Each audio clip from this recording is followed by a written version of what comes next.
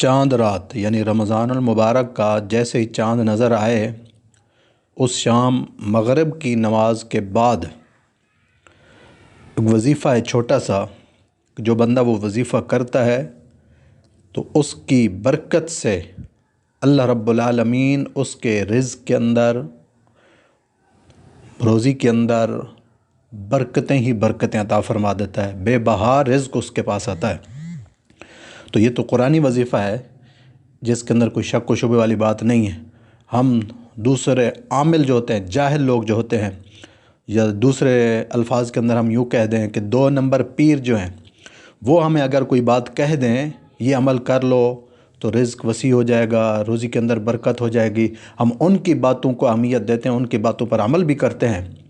تو ہم اس کے لیے چاہے رات کو کہیں یا دن کو کہیں، جتنے دیر وظیفہ وہ کہہ دیں ہم وہ کرنے کے لیے تیار ہو جاتے ہیں۔ لیکن قرآن نص قطعی ہے، رب تعالیٰ کا کلام ہے، پیارے حبیب علیہ السلام کے سینہ اقدس پر نازل ہونے والا یہ بابرکت قرآن ہے، تو یہ تو ہم اس کے قریب جاتے نہیں، یا ایسا عمل ہم کرنے کے لیے تیار بھی نہیں ہوتے۔ تو یہ ہے وظیفہ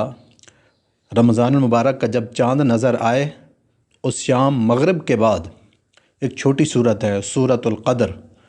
انا انزلناہ فی لیلۃ القدر وما ادراک ما لیلۃ القدر لیلۃ القدر خیر من الف شہر تنزل الملائکۃ والروح فیہا باذن ربہم من کل امر سلام ہی حتی مطلع الفجر۔ یہ چھوٹی سی صورت ہے کہ جو بندہ چاند رات یعنی رمضان المبارک کا جب چاند نظر آ گیا اس شام مغرب کے بعد 21 مرتبہ یہ صورت پڑھتا ہے، اول آخر درود پاک پڑھ کے یہ صورت پڑھتا ہے، تو اس کے رزق کے اندر برکت، یا اس کی طرف رزق ایسے دوڑ کے آتا ہے جس طرح اونچی جگہ سے پانی نیچے کی طرف دوڑ کے آتا ہے، یعنی اس کے لیے رزق کے خزانے کھول دیے جاتے ہیں۔ تو یہ ہے اس رات کا، اس شام کا وظیفہ جو کرے گا، رب تعالیٰ اس کے رزق کے اندر برکتیں ہی برکتیں عطا فرمائے گا۔